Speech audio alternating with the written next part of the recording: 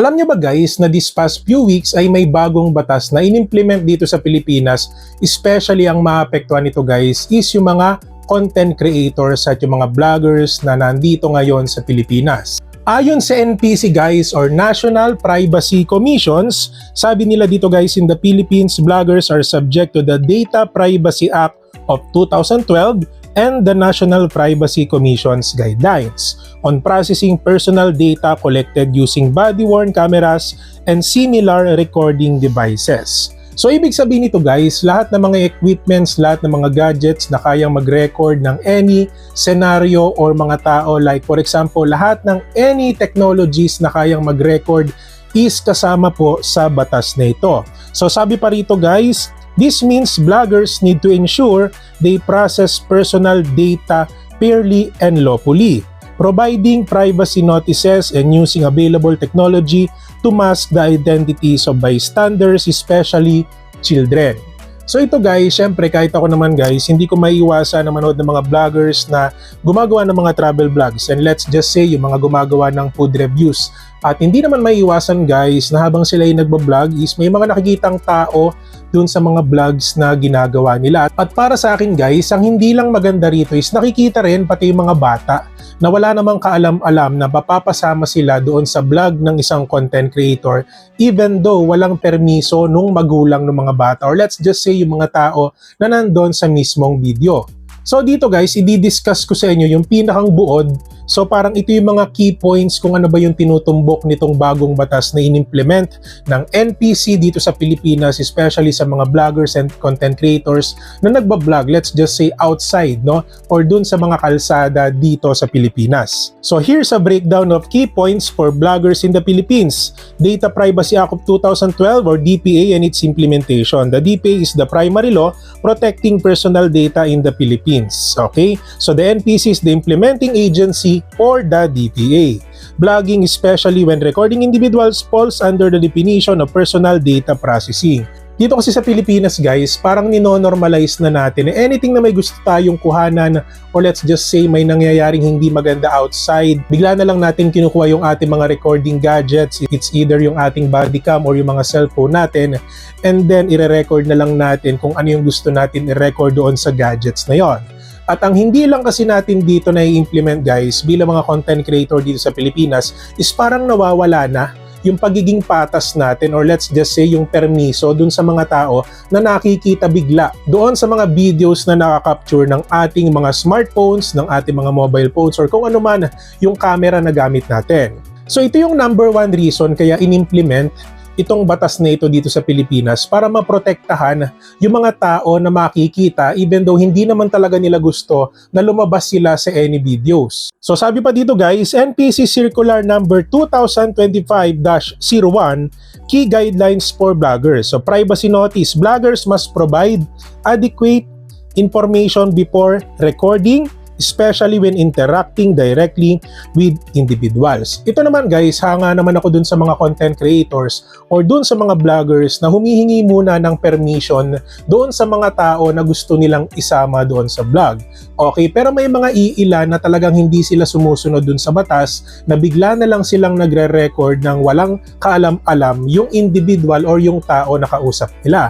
Which is para sa akin guys, yun yung mali. So parang nilalabag nila yung privacy ng tao na yon. So paano kung ayaw pala nung tao na yun na lumabas sa kahit anong vlog or video? Tapos ikaw naman bilang content creators, hindi mo iniisip yung kalagayan ng tao na yun, hindi mo iniisip na baka ayaw niya ma-publish mo siya sa any vlogs na i-upload mo dito sa YouTube or sa Facebook. So ikaw naman dali-dali mong in-upload kasi maganda yung content na iniisip mo. So dahil dun sa gagawin mo na yon, pwede kang lumabag sa batas na to. Kaya alam nyo guys, yung opinion ko dito, every time na kayo po ay magre-record ng video, no? So lagi kayo magsasabi dun sa mga tao na kasama dun sa vlog na okay lang ba na kasama po kayo sa vlog, kasi anytime pwede ko po siyang i-publish sa ganitong platform. Kahit pa paano, di ba, at least meron silang, alam niyo yun, clarification or pumayag sila na mapasama sila doon sa vlog mo. So wala kayong lalabagin na batas doon kasi sila na mismo yung nagbigay ng permiso sa'yo. Sabi pa dito guys, this includes informing them that the footage, okay, sabi dito, may be uploaded, published, or shared online, katulad ng sinabi natin kanina, and how they can exercise their data privacy rights. So syempre guys, karapatan nila yon. Okay, hindi naman porke dito sa Pilipinas uso ang vlogging is pag may nakita tayong nangyayari, nakakaiba sa labas, bigla na lang natin kukunin yung mga cellphones natin and wala na tayong pakialam dun sa mga tao na mapapasama dun sa vlog. Which is, ito yung ine-exercise ng batas na to. So let's be honest guys, na dito sa Pilipinas, pag may nangyaring kakaiba, aksidente or hindi maganda dito sa ating mga kalsada, or sa labas ng mga bahay natin is bigla na lang tayo kukuha ng phone at syempre tayo naman nire-record natin yon para kahit papano maging updated yung mga tao na kakilala natin na may ganitong nangyari dito sa kalsada na to, sa highway na to. But syempre guys, no, may mga boundaries kasi na iniingatan ng NTC na kahit papano kung gumagawa tayo ng vlog, especially kung meron tayong isasama na tao doon sa ating mga videos, is make sure natin na dapat meron tayong permiso mula sa kanila. So para ligtas tayo sa batas na to. The best recharging platform para sa mga games and live streaming applications na meron kayo? Wala akong ibang isasuggest kundi ang CocoDP. Ang maganda kasi dito guys sa CocoDP, hindi sila madamot lalo na sa pagbibigay ng mga discounts sa atin, no? Lalo na kung gagamitin nyo po yung link na nasa comment box. And guys, kung sakali man po na makalagin kayo sa CocoDP, don't forget to log in your Google accounts para po ma-claim nyo yung coupon nyo. So guys, hindi lang po mga live streaming applications ang meron dito. So may mga games din like Genshin Impact, Mobile Legends, Zenless Zone Zero, PUBG Mobile, Love and Deep Space, Super Sauce at marami pang iba. So syempre yung iba magtatanong, DJ May, paano ba kami makakabili ng coins para sa Popo Live dito sa CocoDP? So guys, i-click nyo po yung Popo Live and then guys, yung number 1, ilagay nyo po yung user ID number. Step number 2 guys, pumili kayo ng package na gusto nyo.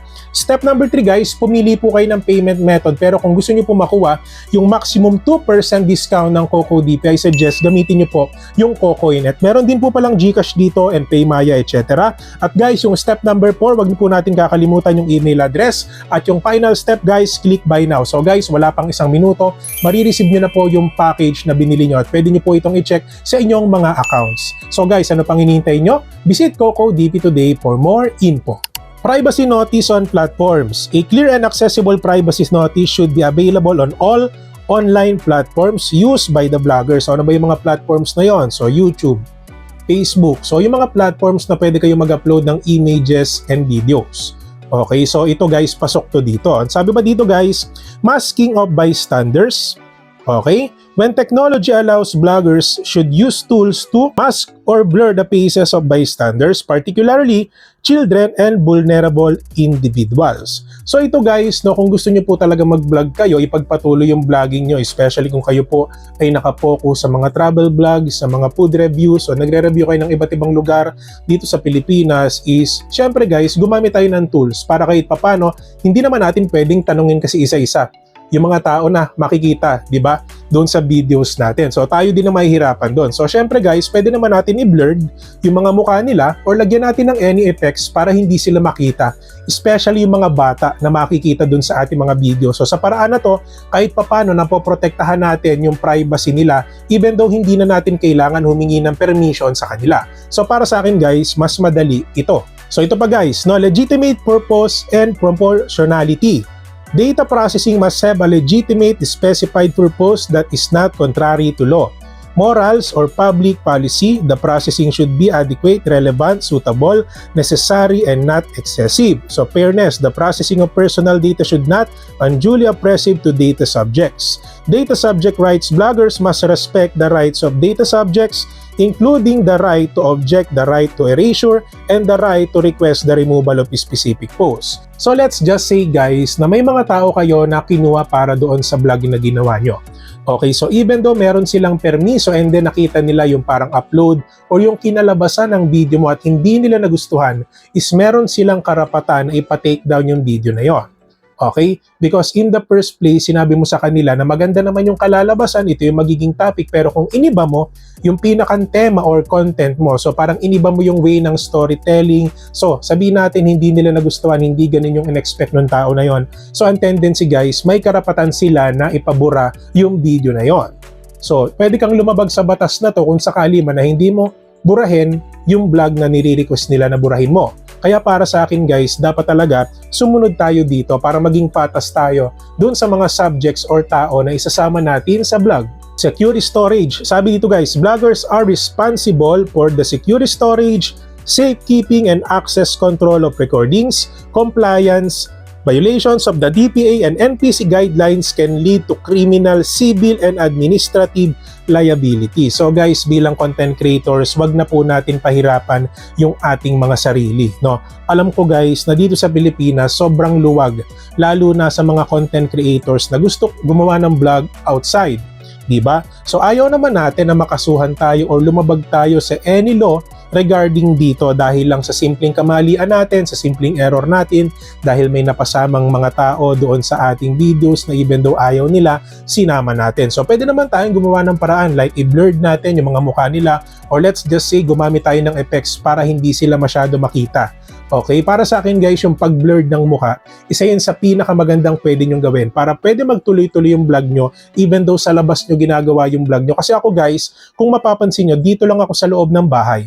So that's why para sa akin hindi ako mamomroblema sa batas na to.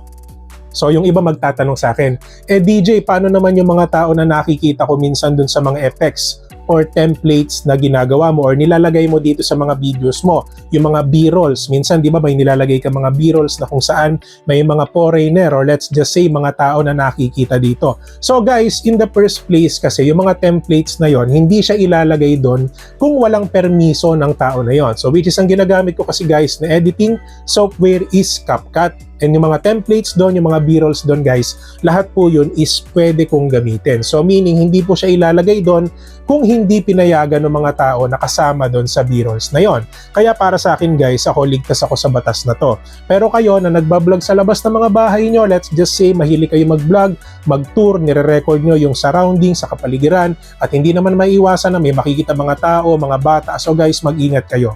And siguraduhin natin guys na susunod tayo or magko-comply tayo sa batas ng NPC. So sabi pa rito guys, examples of violations and liabilities, defamation. Isa to sa pinakasikat na violation na pwede makuha ng isang content creator. Filming and posting content that could be considered defamatory or damaging to someone's reputation can lead to legal action. So guys, ito sa mga content creators na gumagawa ng content, lalo na kung ang kino-content nyo ay tao. And let's just say, ang dami nyong sinasabi na hindi naman napatunayan, so pwedeng mag-lead ito sa defamatory or damaging sa reputation ng tao na yon. Kasi guys, even though may ebidensya tayo, mahirap pa rin talaga na maglabas tayo ng kung ano-ano sa social media, lalo na kung ang topic natin ay isang tao. So that's why may karapatan sila na mag-take ng legal action kung sakali man na mapatunayan na hindi naman talaga totoo yung pinagsasabi natin, lalo na kung yung content natin is against sa tao na yon. So tayo lang din ang mapapahamak. So that's why guys, mag-ingat-ingat kayo. So sabi pa dito, invasion of privacy, recording someone's without their consent, especially if it causes them embarrassment or harm, can be a violation of privacy rights. So guys, parang minention na natin to kanina, lagi natin sisiguraduhin na kung meron man tayong subject or may tao tayong isasama sa mga vlogs natin, is make sure natin na tatanungin natin sila kung okay lang po ba na mapasama kayo sa vlog namin, ganito po yung magiging takbo ng vlog, ganito po yung magiging resulta, para kahit papano is makuha natin yung approval nila at hindi tayo magkaroon ng problema. Unauthorized publication, so sabi dito guys, publishing or sharing someone's personal data without their consent, especially if it has an adverse impact on their rights and freedoms, is a violation. So ito guys, hindi ko talaga may sasuggest to na mag-share kayo sa social media na any pangalan ng mga tao na isasama nyo sa vlogs. No? Let's just say guys, depende naman kasi yung sa topic natin kung ang kino-consider lang natin dito is yung content outcome or yung pinakang content natin at hindi nyo naman kailangan ng personal information ng tao na yon. So there's no need to ask for their names. Unless kung payag yung tao na yon na gusto nilang magpa-shoutout sa inyo, gusto nilang isama yung pangalan nila doon sa vlog mo kasi natutuwa sila, lalo na gustong-gusto nila na i-shoutout mo sila. So yun guys, at least meron kayong permiso doon sa tao na yon. Pero katulad ng sinabi dito guys, is mag-ingat po kayo doon sa mga personal information na isa-share nyo dito sa social media, lalo na kung walang permission ng mga tao na yon. So tingin ko guys, ito na yung magiging huling topic natin regarding sa National Privacy Commission at yung batas nila. Okay, so sabi dito guys, key considerations for vloggers, no? So public versus private spaces. While public spaces may have fewer restrictions, so guys, hindi ko naman na siguro para ipaliwanag yung ibig sabihin ng public, no? From the word public itself, public places. So ito yung mga lugar na pwedeng puntahan ng kahit sino. Pero sabi dito guys, vlogging in private spaces may required consent. Kasi minsan guys, pumupunta tayo sa lugar na hindi naman talaga pwede mag-record. Diba? Pero dahil matigas ang ulo natin, pag may nagustuhan tayong i-video natin. Which is dun pa lang guys, nilalabag na natin yung batas dito. Which is para sa akin guys, hanggat maaari, bago tayo maglabas ng ating devices na nakakapag-record ng video is make sure na yung lugar na pinuntahan nyo is pwede kayong mag-record doon. Kasi baka mamaya bigla kayo magre-record which is bawal pala. Let's just say nasa private property kayo or nandun kayo sa mga lugar na bawal naman talaga mag-video. So kayo din po yung maapektuhan at baka kayo po ay masampulan ng batas na to. Content moderation. Bloggers should be mindful of their content and take steps to address potentially harmful or inappropriate material. Ethical considerations. Bloggers should prioritize ethical practices and respect the privacy and dignity of individuals. So guys, yung mga nabanggit natin na paliwanag na natin kanina. Last but not the least guys, no? So sabi dito, in essence, bloggers in the Philippines must be aware of and comply with the DTA and NPC guidelines to avoid legal repercussions and uphold the privacy rights of individuals. Okay? So ito guys, para sa akin ito yung opinion ko about dito sa batas na in-implement ng NPC or National Privacy Commission. Sa totoo naman guys, dapat naman talaga na noon pa may ganito ng batas. Let's just say guys, na dumadami ng vloggers dito sa Pilipinas, dumadami ng mga tao na once na may makita silang hindi maganda or aksidente o kahit anong pangyayari sa labas ng kani-kanilang mga bahay is hindi yan magdadalawang isip na kumuha ng device, i-record nilang basta-basta. Or sabihin natin meron silang naiisip na content at kailangan nilang kumausap ng tao at yung iba hindi naman nagsasabi or let's just say walang permiso ng tao na yon. So may mga pagkakataon kasi guys na lumalagpas ang vlogger sa kanilang mga boundaries even though ayaw naman talaga nung tao na yon doon sa magiging content mo. So parang nga nangyayari guys, nahihiya na lang yung mga tao na kasama dun sa video na sabihan ka na okay lang ba na wag mong i-upload. Kasi syempre nahihiya din yan kahit papano pinaghirapan mo yung content na meron ka. Pero syempre guys, bilang content creator, dapat tayo na po yung mag-a-adjust. Dapat sa una pa lang, tatanungin na po natin sila kung okay lang ba sa kanila na mapasama sila sa video at ganito yung magiging takbo ng video. Dapat sabihin natin guys kung ano yung magiging outcome ng video kasi baka mamaya tanungin yung page, tanungin yung channel mo. Kasi baka mamaya guys, no, nag-promise kayo dun sa tao na yon na ganito po yung content namin, wala namang po masamang mangyayari, hindi naman po kayo mapapahiya.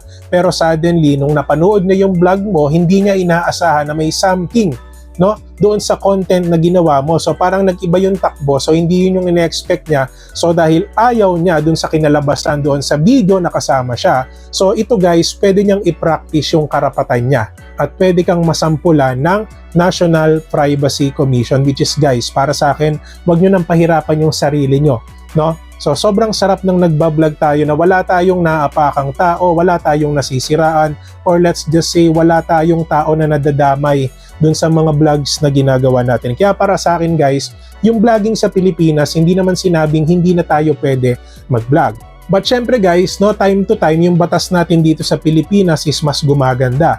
At naghihigpit na sila doon sa mga content creators or doon sa mga vloggers na mahilig mag-vlog sa labas ng kanilang mga bahay, lalo na doon sa mga content creators na nagta-travel and bigla-bigla na lang nagre-record. Okay, para sa akin guys, sumunod tayo sa rules ng National Privacy Commission. Hangga't maaari guys, pinaka-the best talaga na i-blurred nyo na lang yung muka ng mga tao na makikita doon. Kesa naman tanungin nyo pa isa-isa na okay lang po ba na makasama kayo sa video, paano kung ang dami nung nandun sa video mo. So in short guys, parang ang gusto ng NPC dito is mabigyan yung mga tao na napapasama sa mga videos nyo na magkaroon sila ng karapatan, no? Lalo na kung ayaw nilang mapasama doon sa vlog mo.